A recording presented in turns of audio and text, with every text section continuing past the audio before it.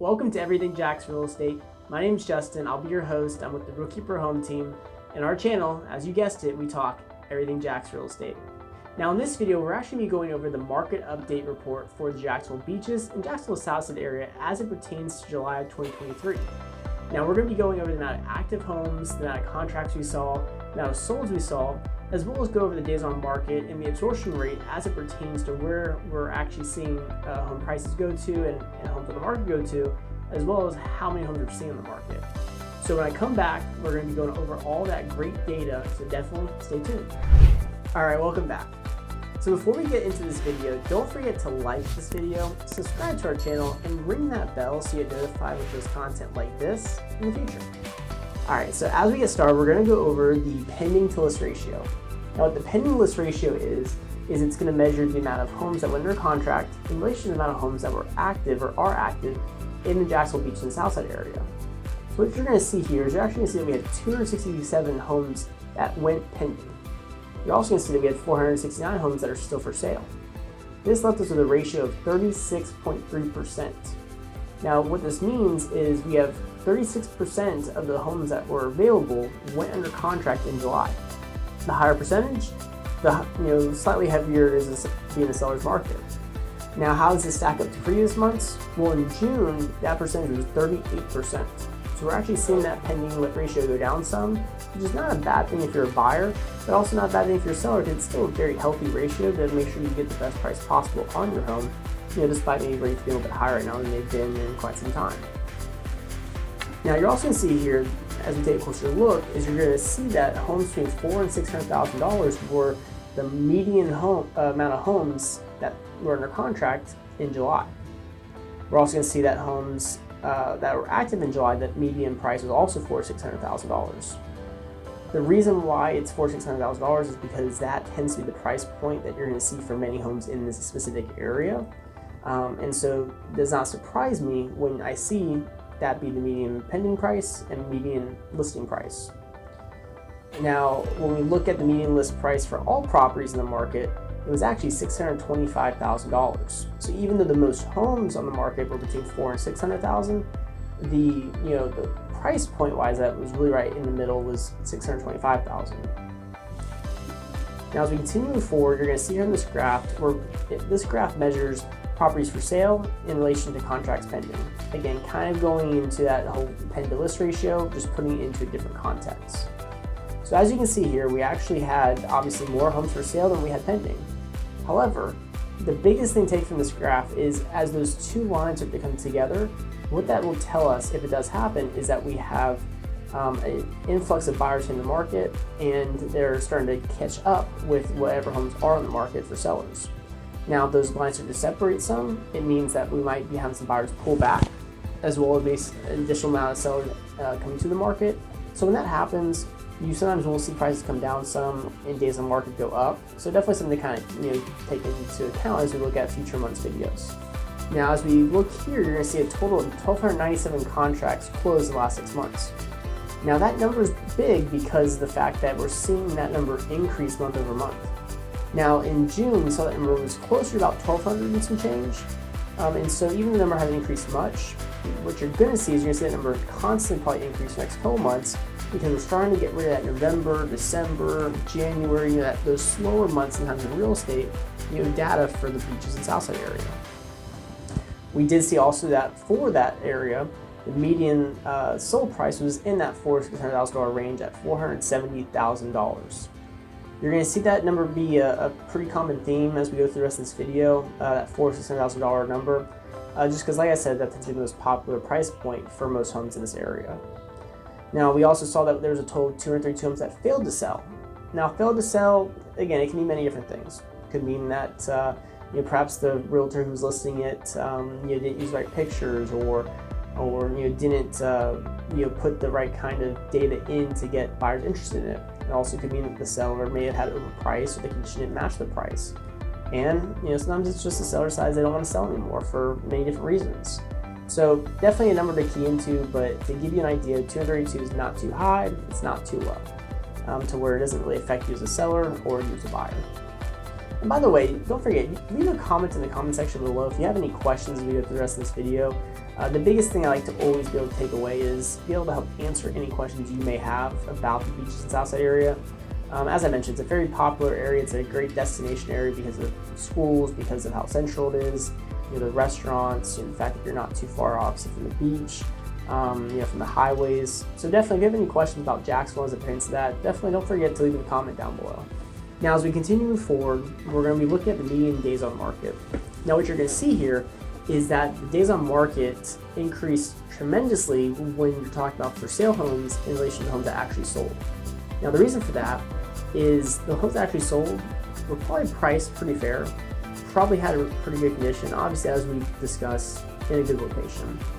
The homes that are failing to sell, that they are lasting longer in the market, could be because of price, could be because of condition. But what we'll probably see is as the data continues to progress, and as people do start to go under contracts of these homes, we should start seeing some of these days on market go down for active homes in the future months, or we could see them go up. Either way, we'll see that in future videos. For active listings, the median time on market was 38 days for July. In relation to that, for the last 6 months, the median days for sold homes was actually around 29 days, with a median price of $470,000, like we already discussed. We also saw that homes between 2.4 and 2.6 million actually sold the quickest. I wouldn't take too much, into that number specifically. That I think is probably more of an anomaly.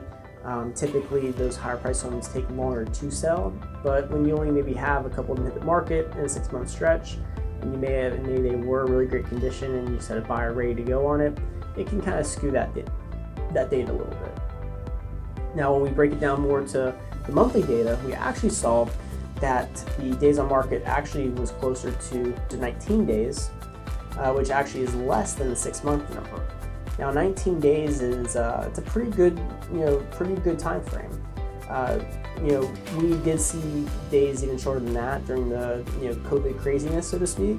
But 19 days just shows that buyers are still ready to make the plunge, and that sellers may actually be pricing their home a little bit more affordably to help buyers out, or giving concessions to help buyers out. And the fact that we're seeing that the median sold price in the last month was $467,250 does show us that prices are starting to level out some, which is probably good news for you as a buyer. And as a seller, it just means that you may not see that appreciation you saw in previous years, but it's still appreciating. Let's not forget that. You may not get 10-15% appreciation year over year in the future, but you should still and will still get appreciation to some degree. Now, we also saw here that the median listed sales ratio for the area was 98.9%. It's a big number. What it tells us is for every home that did sell, it sold for roughly, we'll call it 99% of the asking price. Now, that number has been higher, it's been lower. Overall though, 98.9% does tell us that, one, sellers are probably putting their homes on the market at a slightly lower price than they would have maybe a year ago. And two, that buyers are actually starting to pay a little bit more than what they even were paying just a couple months ago. So as that number gets closer, what that will tell us, or farther away, what that will tell us, it'll tell us, where sellers' mindsets are and where buyers' mindsets are. Lastly, you see here we had inventory of 2.2 months. That's what we call our absorption rate. In essence, if no new homes hit the market, we'd be out of homes in 2.2 months. To give you an idea of what that means, in an equilibrium market where it's not a buyer's market or a seller's market, that number would be 6 months. Anything under 6 is a seller's market. Anything over 6 is a buyer's market. At 2.2, we're not in a hyper seller's market, but we are in a very strong seller's market. So that is something to take into account if you're a buyer or seller, because if you're a seller, it means it's still a great time to sell as long as you list it properly and have it the condition and price right where it needs to be. What it means for you as a buyer is that yes, you can still negotiate, but it's not going to be a free-for-all by any means, and you'll definitely want to make sure you go after the right price or terms that make the most sense for your situation. What we'll be looking at here is we're looking at a graph showing median sold price, median days on market for the last couple months. So as you can see, in July, our median sold price actually was just under $480,000. It actually was a little bit less than June, but still above that threshold, which was around $470,000. So we're still above that threshold, which that median, which is that is always going to be good for you as a seller, because it just means that your equity is still there and that you are still building the equity. The biggest things as we look at future months is, does that go down or does that go up, or does it stay pretty neutral? And then as far as days on market, you can see here that in July we saw a massive reduction in days on market from June, and then obviously from May, April, and March. So in March we had let's call it 47 days on market. Now we're all down to 19 days. And you may ask yourself, well, what's the reason for that? Well, the reason for that is pretty simple. We're in the summertime, so relatively speaking, we're going to see less days on market, because this is the prime time for buyers to be out looking to buy a house, and prime time for sellers to be out selling their home. So definitely that's right where you want it to be. Then lastly, we're going to look here at the graph below. So in this table or graph below, you're going to see a lot of reds. Now what does that mean? What that means is that for every $200,000 price range or price point, it measures the amount of estimated months of inventory or absorption rate. So even though the overall area was 2.2 months, what you're going to see is for homes between 2 and 400,000, we're at 1.5. Between 4 and 6, we're at 1.8. Between 6 and 800,000, we're at 2.8. So really, anything under 800,000, you are looking at less than 3 months of inventory, or even less than 2 months of inventory. And it's huge, because it does mean that as a seller, you are going to be able to, still, like I said, get the price you want. As a buyer, you have to just be super focused that, if you find one you like, you may not want to wait too long on it. So definitely great numbers there. I like to just kind of, go over really quickly, because it's great to know where things stand, not just as an overall area, but as an individual price point within that area. So that's going to wrap it up for our market update for the Jacksonville Beaches and Jacksonville South Side. Before you go, definitely don't forget, if you have any questions about the Jacksonville market, about any real estate needs you may have, whether if it's maybe buying a home or figuring out what area of Jacksonville you want to focus on, or if you're thinking about selling a home, maybe what you think your home is worth or what you want to think your home is worth, definitely my calendar is below, so definitely don't forget you can reach out to me on my calendar, schedule time with me. I'd love to talk to you about your real estate needs. And also, if there's any questions you have based off this video, definitely feel free to put those down below too in the comment section. I love to hear the comments, love to be able to respond, help answer any questions you may have.